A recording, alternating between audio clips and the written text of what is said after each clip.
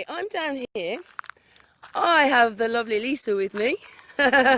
She's popped in to see me today. How are you, Lisa? I'm good. Do you like my pond? Look at that. Beautiful. We're down by the it's a reserve here, you know, nature reserve. Right. Yeah, this is Lisa. She's come from London today. Yeah.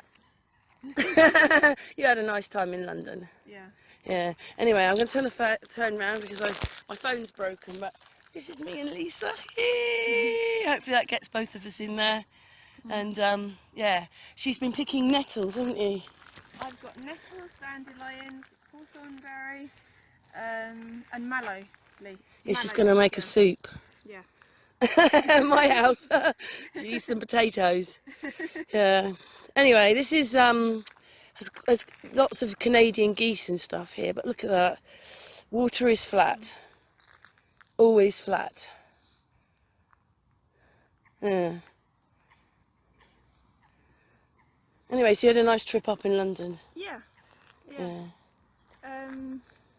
Crazy demo, but it was good to. Oh yeah, tell us a little bit about that with Jason. Well, we did the whole month of the truth tour, and then the finale was in London.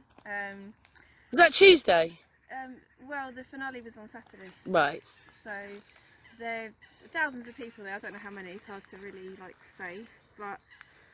Was there? Oh, that's good. And there was David Icke was there. David Icke's son. There was Simone, a few other speakers, and then the last person to speak was a German doctor that I think was connected to. Oh yes, he got arrested. Yeah. Yeah. So he got arrested. So we were kind of just behind the stage, and then they sent all the stormtroopers in, all the riot police. So we were told previously that they'd had an arrangement to.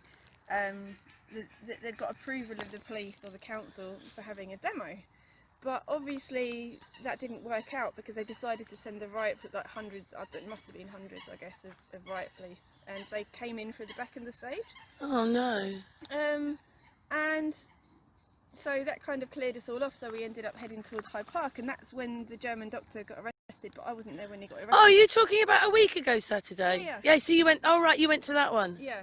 Yeah. So I went to Hyde Park, but then they kind of sent the riot police there. So I cleared off. We went somewhere else, and apparently that's where the German doctor got arrested. So, but that's some of it anyway. But then the next day we went to Hyde Park. We had lots of fun there. Met some people, and then we hung out, and we ended up chalking on the road. We filled up the road. That was so much fun. Hey, well done, Lisa.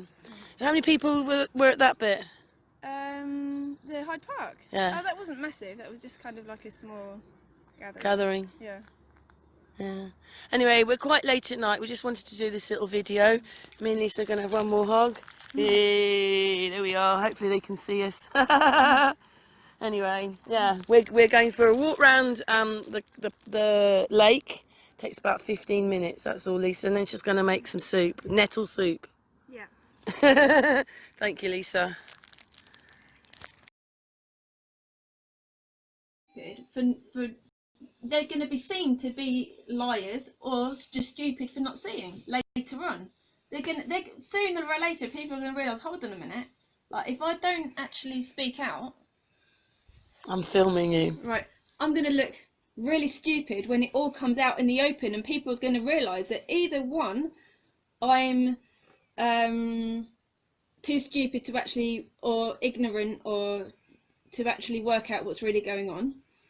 And secondly, either that, or they're gonna, or it's gonna be seen that they knew all along, and yet they were too afraid to speak out because they wanted to hold on to their jobs.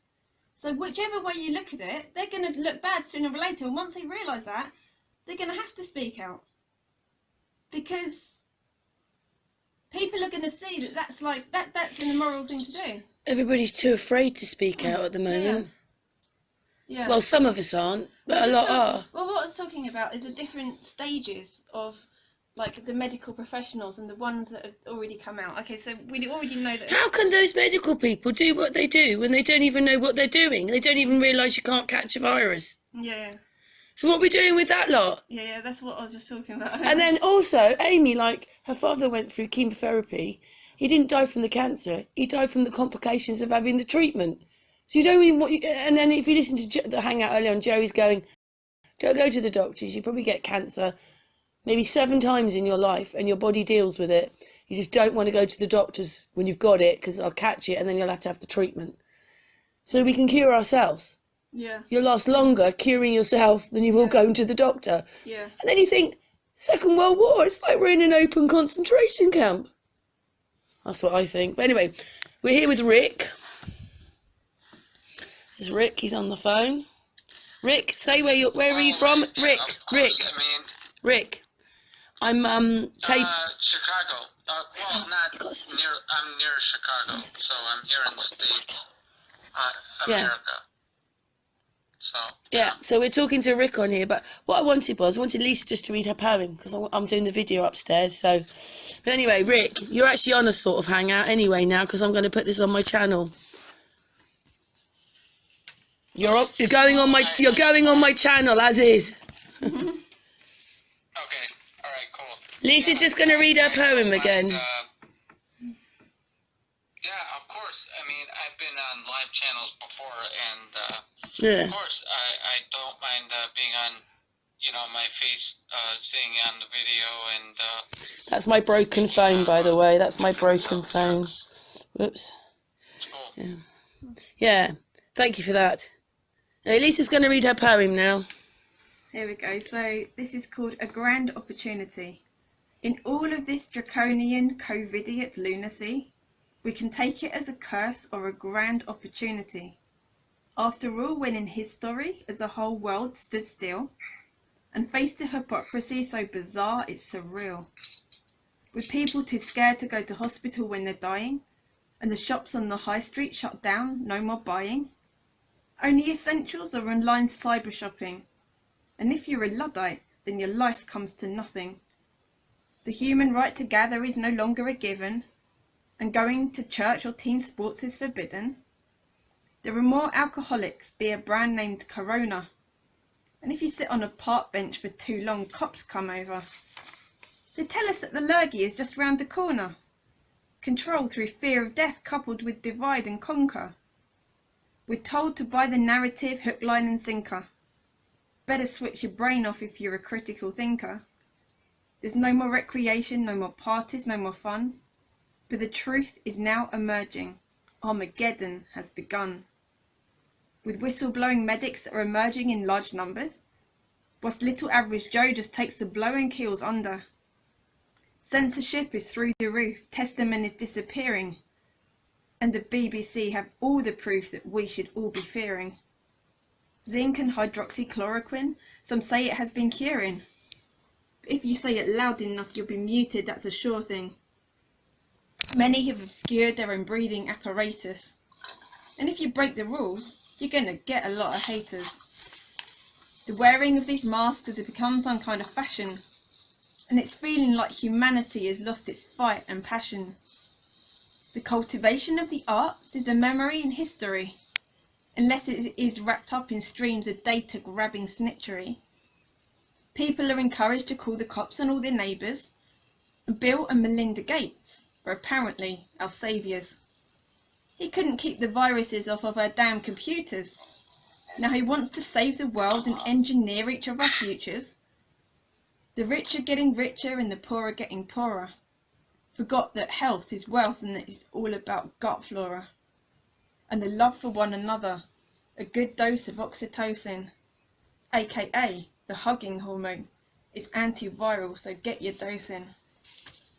The problems in this modern world, it would take too long to list them. When society breaks down, the time has come to break the system. On the surface, things are dire, but once we know our true identity, we will be on fire and our souls' insights come plentifully.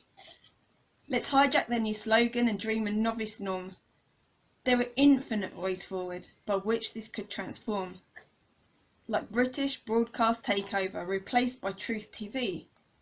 A mainstream media makeover at your service, all for free. With all of this technology, we should all be at our pinnacle, embracing every prodigy and performing daily miracles. Artificial intelligence can be utilised in our favour, as it's modelled in ourselves. That means we each are our own saviours. We could round up all the psychopaths and put them on Smart Island. Let them taste their bitter medicine, high security asylum. Paradisical gardens could blanket every landscape, and the fruits of the forest everywhere like it's a mandate. We can live another way that is in harmony with nature, because we were not designed to be machines to harvest data. Our data is divine, and it comes from the Creator. It tells us what to do at the right time, perfectly caters. We can turn around this game with the purest of intentions, and with our innate intelligence we can reach the 5th dimension. The frequency of this earth, aka the Schumann resonance, is raising by the day to reflect our human elegance. Abundance and free energy we could have in every nation. Let's bring order out of chaos. The time for now is transformation. Yeah, that's a very good poem. Thank you very much for reading that, Lisa. I have to stop recording because I can only... Yeah, it was good, isn't it? I can only put so much on the video. So thank you, Lisa and Rick.